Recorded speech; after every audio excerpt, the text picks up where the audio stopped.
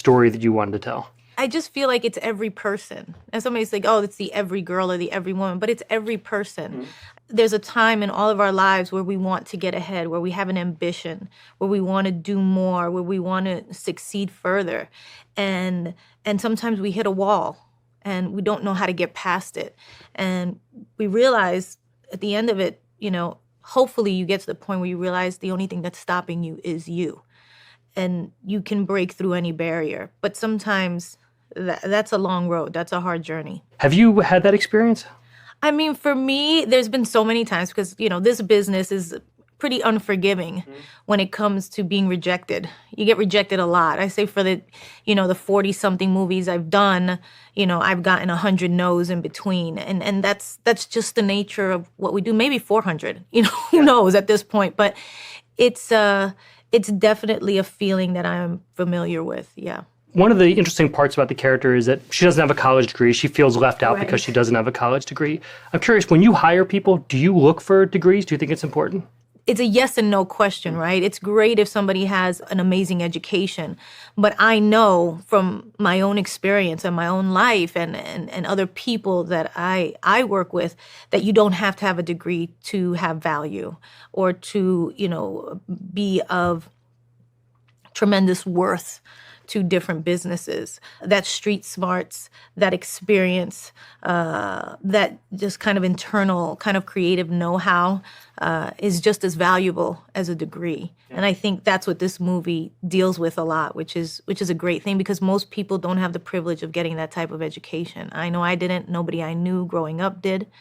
And still a lot of us have been successful. So do you make it a point when you have so many people working for you or working with you, you can make choices about who's on the set with you. Are you looking for degrees? Do you actively go out and look for people who don't have degrees? I never did, I have to tell you. I never did. I always went more with vibe and energy. Mm-hmm. And to tell you the truth, it's really about, I'm looking for a hard worker who's not afraid to work like 24 hours a day. Yeah. If that sounds crazy, it's because we are. I am. And everybody who works for me as well. And then recently, as I've gotten more into kind of owning businesses and going from a licensing model to an ownership model, I realize I need people who have more business experience. And so, I've been looking more at that lately. Would you talk a little bit about that, moving from licensing to ownership?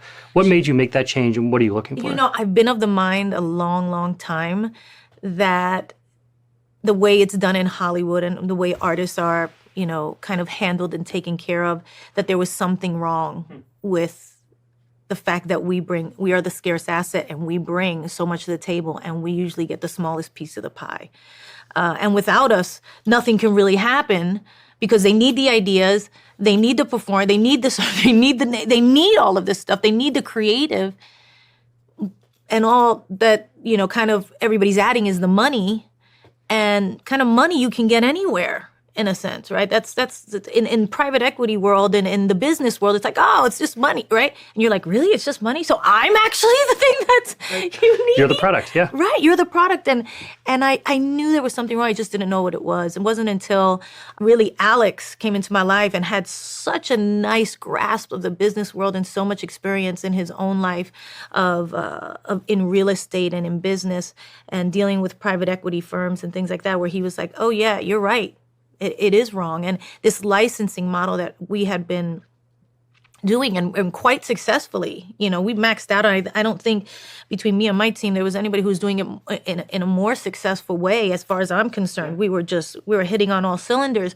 But deep down, I knew that when I made a company almost $2 billion, I only came home with literally, I don't even know what the percent, it had to be like 5% of that, it may be less. Much less. Much less than that. That there was something wrong. But at the time, it must have felt you're known for your negotiating skills.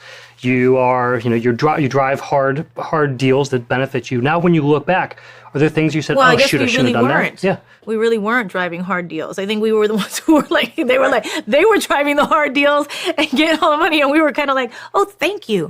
Yeah. There's this thing with artists where we feel so much gratitude to be able to do what we love to do, that we don't give ourselves the value and worth that we deserve. I think women do have this problem as well. And I think now and in this moment in time, in this day and age, it's shifting for women. And I feel like it also has to shift for artists.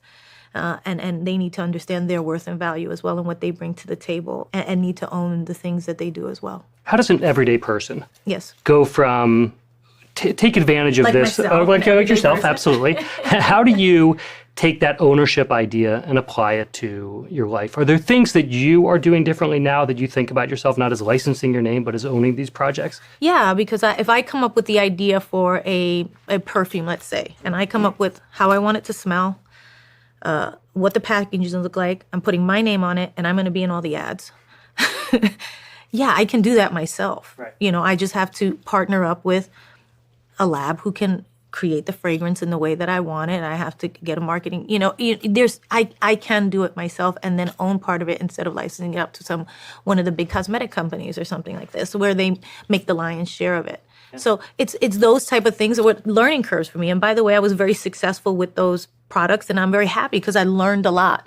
And I think we got the best deal we could have, and those people were very, in a sense, fair to me. But I also now know that I can do it on my own and that I can own it. So whatever businesses or any things that I want to share with my fans or consumers that I think I have enough know-how, experience, and creative kind of spark to create something, a product that I think is going to be useful or helpful, and put it under my brand, which I think at this point I've built up kind of an equity with people of like, I promise you, if I say something, this is what it is. And if I tell you it's this, it's actually a good thing. And I've been very careful what I put my name on and making sure that it's quality.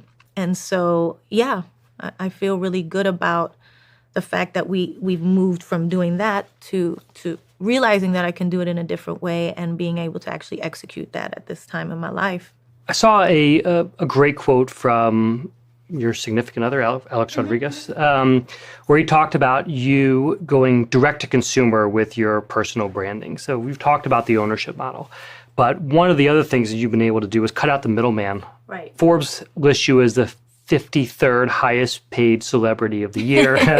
If you look at the list, one of the things that really sets you apart is that you're not on the list because of a sport that you play or acting or producing. It is, as the trades call you, a multi-hyphenate. You have so many projects going on at once, they all add up. When there's so many things you could be doing, how are you picking what projects that you want to take on, what you want to launch, what are you saying no to? How do you make that decision? It's hard for me to say no.